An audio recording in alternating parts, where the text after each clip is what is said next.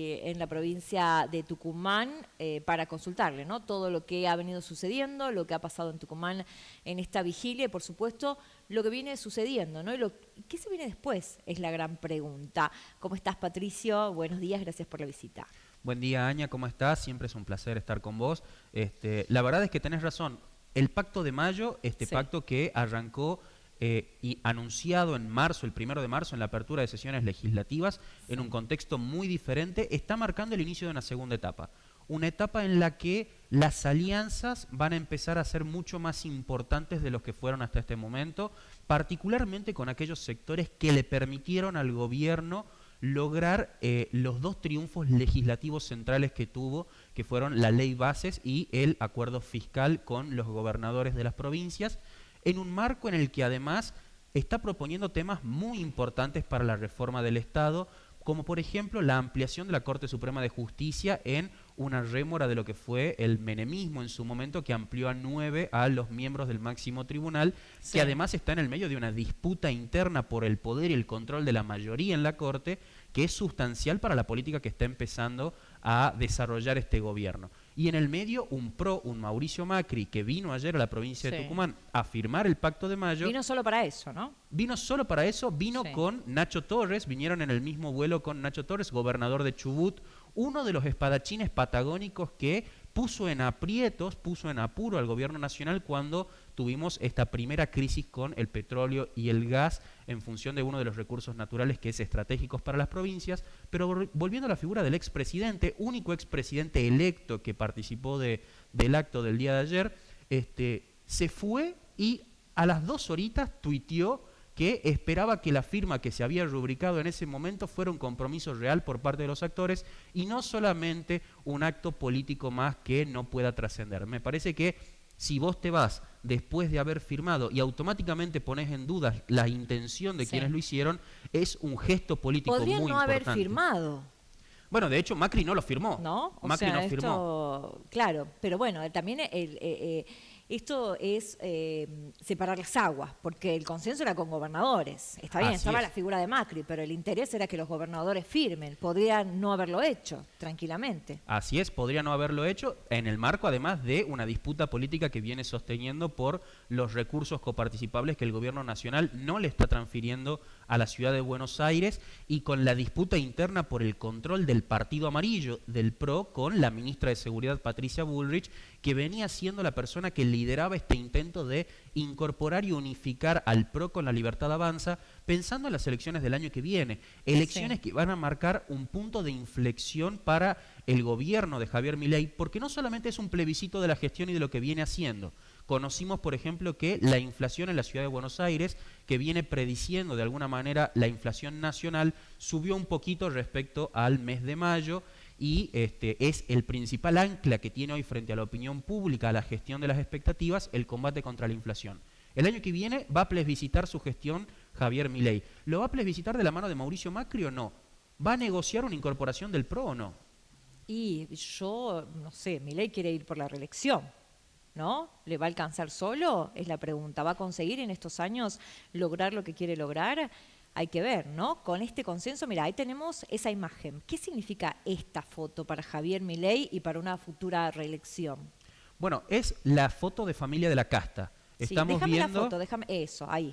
estamos viendo la foto de Javier Pónmela a Milei pleno, con por favor, listo. 18 gobernadores que vinieron de todo el país, Sí. con la excepción de Kicillof de la provincia de Buenos Aires, de Silioto de La Pampa, de Insfrán de Formosa, de la ausencia también de Quinquela de La Rioja y del Sí. gobernador Melella de Tierra del Fuego. En el medio están los 10 gobernadores que responden a la alianza de Juntos por el Cambio y algunos del PAN peronismo y de partidos regionales, con la presencia de Karina Milei, que no sabemos si firmó como... Sí firmó, pero ¿qué en contexto? carácter de qué, digo, en carácter de Claro. secretaria general de la presidencia, de hermana del presidente de la nación, porque si la secretaria general de la presidencia lo firmó, deberían haberlo firmado los ministros también a este acuerdo, Claro. porque tienen rango superior a la secretaria general de la presidencia, y al mismo tiempo la ausencia destacada de una persona que vos nombrabas recién, de la vicepresidente de la nación. Digo, todos tomaron mucho frío anoche en la explanada de la casa histórica, menos la vicepresidenta, que la vemos recuperada en un acto en la que a ella le causa mucha Y que simpatía, que todo el tiene que mundo ver intentó con... justificarla, ¿no? Con este malestar gripal que parecía tener, que milagrosamente parece que le pasó, ¿no? Porque ahí la acabábamos de ver en este acto. Ahora, en esa foto que estábamos viendo hay un Zamora escondido, como no intentando no salir en la foto, ¿no? ¿Qué significa la presencia de Zamora en Tucumán? Ahí está. Lo Bueno, tenemos Zamora ahí como atrás, chiquitito. No, por favor, yo no quiero salir, decía en la foto. Zamora, de hecho, es el gobernador que más dudas tuvo respecto a su participación en el Pacto de Mayo. Es uno de los gobernadores del norte argentino que tuvo digamos, que tiene el control férreo del partido político del gobierno en su provincia. Es además, uno de los gobernadores que tuvo una cercanía muy clara con el kirchnerismo, muy Sí. funcional al kirchnerismo. Recordemos que su esposa, que fue candidata a ser gobernadora de Santiago del Estero, estuvo entre las máximas autoridades políticas del país durante la gestión de Cristina Kirchner y de Alberto Fernández. De repente es un símbolo muy claro a esta lógica pragmática que algunos gobernadores están teniendo con el gobierno de Javier Milei, no sé si tanto vinculado a las ideas, a la defensa de las ideas de la libertad, sino más quizá a la praxis política de la gestión de los recursos. Sí. Recordemos que uno de los puntos centrales del Pacto de Mayo tenía que ver con la autonomía económica y que el gobierno central en Buenos Aires no utilice el látigo y la chequera para doblegar a los gobernadores, y lo que estamos viendo, creo yo, es una señal respecto de esto, una señal de, bueno, queremos que esto se cumpla y que las provincias tengamos autonomía. A firmar el pactito feo, como le llaman algunos, suena como algo más bien extorsivo y logrado en base a promesas de girar recursos a las provincias. Es por lo menos lo que dice Jaldo, lo que viene diciendo, que él quiere mantener la economía provincial y para eso necesita apoyarlo a Milei. Ahora, se supone que ahora viene una época de bonanza. Las provincias, Tucumán y otras provincias, vamos a tener más dinero. Milei nos va a dar más plata. ¿De dónde va a sacar la plata Milei? Perdón. Bueno, es una excelente pregunta.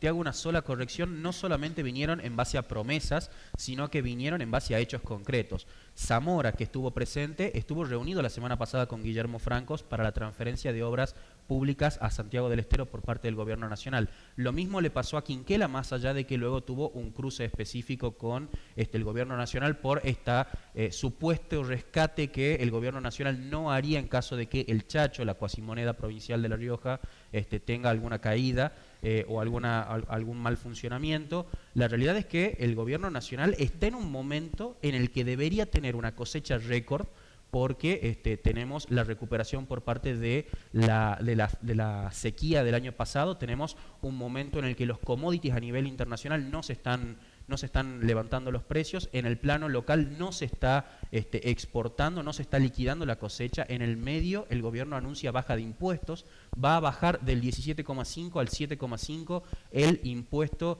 país, el impuesto que grava la compra en moneda extranjera, que grava las importaciones, un impuesto que el mismo gobierno subió, y eso pone en aprietos a la estructura financiera del gobierno nacional en un momento en el que además hay mucha presión sobre el rumbo económico que pueda tener este gobierno en la figura del ministro de Economía, Luis Toto Caputo, un ministro que se lo está cuestionando por si necesita o no devaluar y la salida o no del cepo en una economía en la que el sector principal, el sector agroexportador, el sector minero, el sector gasífero y petrolífero y el pesquero fueron los motores que evitaron una caída más abrupta de la economía nacional cuando conocimos que el Producto Bruto Interno del país había caído un 5,1% interanual, y no mucho más en función de estos sectores, que son además los sectores que el gobierno busca reactivar de la mano del régimen de incentivo a las grandes inversiones. Entonces, Claro. ¿qué hay de cierto en esto de que se firmó un cheque en blanco con todo esto que estabas manifestando? La realidad es que el Pacto de Mayo es un decálogo de buenas intenciones que los gobernadores firmaron, creo yo, incluso antes de conocer el contenido del discurso presidencial.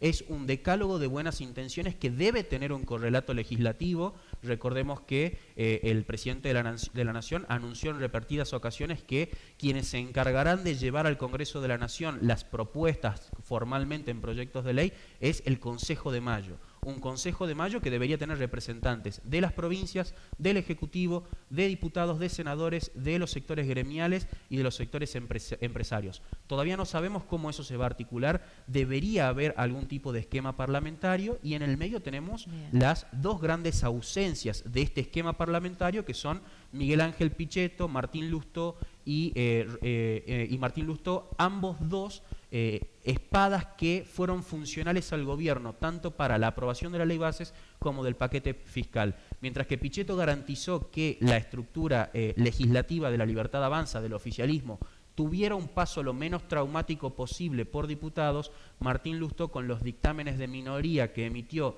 tanto para el acuerdo fiscal como para la ley bases, garantizó que el gobierno pueda conseguir no solamente el quórum, sino también las mayorías para que esta ley, estos logros de los cuales se congratula el gobierno. O sea que las garantías con la presencia de Martín Menem no fue suficiente, tenía que estar la vicepresidenta, ¿no? Se supone que la representante natural del Ejecutivo ante el Senado de la Nación, en el cual están los representantes de las provincias de la República Argentina, es la garante de los acuerdos del Ejecutivo para con las provincias en el recinto parlamentario, y no solamente con Martín Menem, que además, recordemos, Martín Menem es elegido por sus propios pares para presidir la Cámara de Diputados. Yo pondría un ojo respecto a esta situación porque hay un descontento que empieza a surgir en las bancas del hemiciclo de la Cámara Baja respecto del estilo de la conducción. Lo que se le hizo al gobierno nacional fue un gesto de cordialidad por parte de toda el ala política de Argentina para que un miembro de su propia fuerza fuera presidente de la Cámara de Diputados. Yo ahí sí pondría un ojo respecto de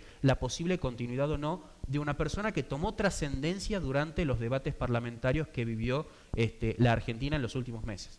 Muchos dicen que esto se parece bastante a la crisis que desembocó en el 2001, por la escasez de dólares, la necesidad de préstamos, de más préstamos del FMI, y no le ven salida en el plano económico, y la entrada de Sturzenegger parece ser que apunta a endurecer todavía más esa embestida contra el sistema económico que conocíamos hasta ahora, donde según él hay todavía que sacar mucha hojarasca.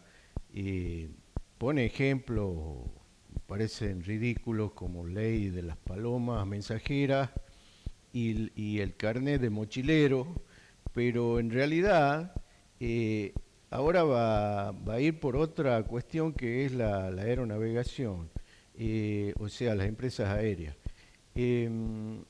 Todo esto configura realmente un cuadro comparable con el 2001 o es algo diferente, mejor o peor. Lo que tenemos ahora es un presidente de la Nación que vehiculizó una esperanza de cambio por parte de la sociedad, un presidente de la Nación que además, por la forma en la que llegó, atomizó a toda la representación política que existía en la República Argentina. Atomizó no solamente a aquellos que son más cercanos a su espacio político, sino también atomizó a su oposición. Hoy la oposición no tiene una conducción clara, reconocida al interior y un liderazgo que pueda marcar un rumbo directo. No tiene tampoco un programa de gobierno que pueda funcionar como un anclaje para aunar las opiniones de una dirigencia que no encuentra este rumbo, y al mismo tiempo tampoco tiene autoridades partidarias que sean reconocidas por los propios miembros. Hablo particularmente del estado del PJ, más allá de que haya dirigentes concretos que estén buscando este tipo de reactivación. Pero del otro lado, del lado del radicalismo, del lado del PRO, del lado de los sectores que son más afines, tampoco está esta conducción tan clara. El punto central es Mauricio Macri. Creo que la figura de Mauricio Macri se va a empezar a volver cada vez más fuerte en el entorno del presidente Javier Milei en la medida en la que pueda confluir en una alianza electoral de cara al año que viene. Una alianza electoral que el PRO busca, que la Libertad Avanza quiere, pero que va a requerir de una serie de condiciones. No el pacto no la incorporación incondicional, no el apoyo incondicional del balotaje, sino ahora sí un esquema de reparto de ministerios, un esquema de coalición que le dé sostenibilidad al gobierno nacional y a la figura de Javier Milei. Creo que estamos lejos de un quiebre institucional, estamos lejos de un quiebre democrático. Lo que sí veo es un gobierno que a los tropezones empezó a entender cómo funciona la política, y creo que en el día de ayer cuando comparamos la asunción de Javier Milei de espalda al Congreso y de cara al pueblo, lo que vimos ayer fue un Javier Milei de cara a la casta, rodeado por la casta, rodeado por la clase política y mucho más consciente de las debilidades y las dificultades que tiene. Creo yo que ese es un buen síntoma a la hora de pensar lo que las instituciones hacen con los gobiernos, que es limitar las pasiones, estructurarlos y encauzarlos. Creo que es un gran avance que como democracia argentina, joven todavía, hemos tenido. Ahora, en los números, Tucumán, desde que asumió Milei, viene resignando ingresos, ha habido una disminución en los ingresos de Tucumán, muy superior al que tuvo la provincia de Buenos Aires, donde Kicillof es claramente opositor y se mostró en rebeldía, llamémosle así, frente a las medidas de Milei. Kicillof también estuvo haciendo o está haciendo una política de tratar de beneficiar a la gente de alguna forma, incluso siendo solidario con algunas otras provincias. Kicillof no está apareciendo como un referente de la dirigencia peronista.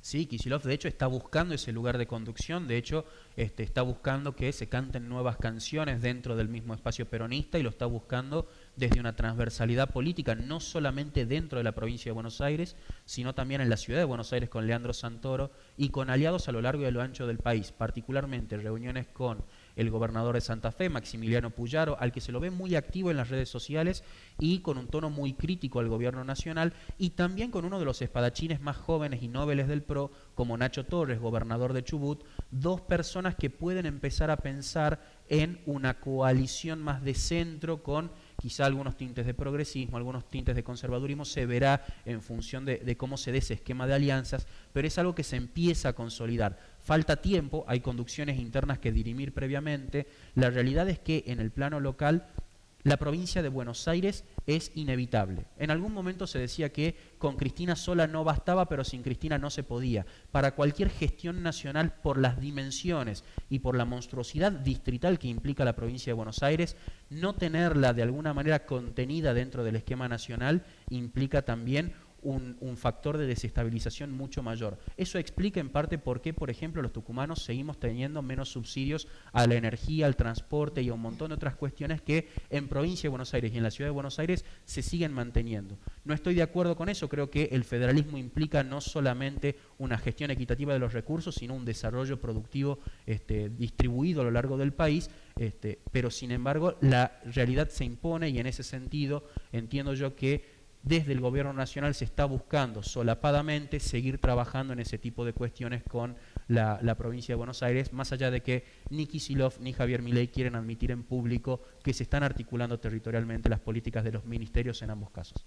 Mira, ahí estamos viendo, Patricio, los veteranos de Malvinas. Habían sido cuestionados, se hablaba de que no iban a participar, y esto tiene que ver con las fuertes críticas que habían tenido, ¿no? Luego de que el propio Javier Milei mostrara su admiración con Margaret Thatcher. Esto también, ¿no?, marca la identidad de Argentina, ¿no? Un poco el contraste con las ideas liberales de Javier Milei.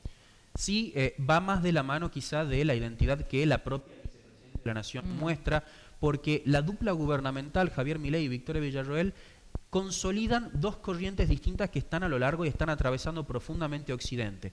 Mientras Victoria Villarroel es mucho más nacionalista, mucho más vinculada a la identidad profunda del territorio, Javier Milei se vincula mucho más a las ideas liberales y económicas y hacen un tándem que se complementa. Recordemos además que Victoria Villarroel siempre hizo gala de esta ala malvinizadora en su identidad y en su personalidad, un aspecto que para algunos sectores de la sociedad empieza a ser valorado y empieza a ser retribuido quizá hasta con términos electorales que le llevaron a que, por ejemplo, en la semana pasada, cuando se reconoció al personal de la Policía Federal Argentina, el gobierno decidiera jugarle una pequeña chicana a la vicepresidente que, por cuestiones de tráfico, no llegó a tiempo al acto y desde Presidencia se mostró el atril vacío, marcándole la inasistencia a a un reconocimiento a uno de los sectores que la vicepresidencia se apropia. Recordemos incluso que cuando asumió como vicepresidente de la Nación, recorrió por todas las Fuerzas Armadas y de seguridad. Le quedó el sabor amargo, ¿no? Porque se entendía que ella iba a estar a cargo de la seguridad, ¿no? De hecho, sí, la incorporación de Patricia Bullrich y Luis Petri terminó empezando a agrietar aún más la relación de una dupla que, más allá de que se conocían desde el 2021, no habían interactuado en ámbitos de gestión que les permitan incluso hasta resolver estas disputas, y hubo un sabor amargo por parte de Villarroel que creo yo que se lo empezó a cobrar el día de ayer con la inasistencia al acto de familia de Javier Milei. Es que eso va a marcar todo, ¿no? El antes y el después. El 8 y el 9 marcan un hito importante, ¿no? En la República Argentina. Así es, marcan un hito importante, marcan quizá concretamente el inicio de una segunda etapa del gobierno nacional, una etapa que va a tener desafíos que quizá son muy diferentes a los del primer semestre, porque es un gobierno que ya se asentó, es un gobierno que ya empieza a tener un pasado propio del cual debe hacerse cargo, del cual no debe renegar, y empieza a tener los efectos concretos de las medidas que adoptó, no ya la pesada herencia, sino su propia gestión de gobierno. Y vamos a ver ahora cómo enfrenta este nuevo desafío el gobierno nacional en el marco de un año electoral que se vuelve inminente. ¿Y dónde encontramos los culpables, no? De hecho, bueno, vamos a ver cómo se producen los cambios o no en el gabinete, más allá de que tuvimos la eyección del jefe de gabinete, Nicolás Pose, y la incorporación de Guillermo Franco como jefe de gabinete. No se descarta que pueda haber movimientos en el gabinete nacional, sobre todo cuando, por ejemplo, la incorporación de Federico Sturzenegger fue una clara molestia para el ministro de Economía, Luis Toto Caputo, uno de los ministros quizá más presionados por parte de la prensa, por parte de los sectores económicos, como en su momento lo fue Sandra Petovelo, amiga íntima del presidente de la Nación, y de la que se llegó a decir incluso que había presentado su renuncia en reiteradas ocasiones, porque no debemos obviar el hecho de que la administración pública requiere no solamente de una fuerte voluntad política para impulsar un rumbo, sino también de cuadros técnicos que sean capaces de llevar al territorio efectivamente las políticas. Totalmente. Bueno, el tiempo nos apremia. Sturzenegger sería un lindo capítulo para poder profundizar, pero seguramente va a ser hasta una próxima invitación. Pato, agradecerte, ¿no?, de poder visitarnos el día de hoy. Muchísimas gracias a ustedes, siempre es un placer. Gracias. Ahí escuchábamos Gracias, las palabras. Patricio. Gracias. Las palabras de Patricio Adorno, politólogo, especialista, ¿no?, referente de Meraki y consultora, estuvo visitando los estudios de Prensa TV.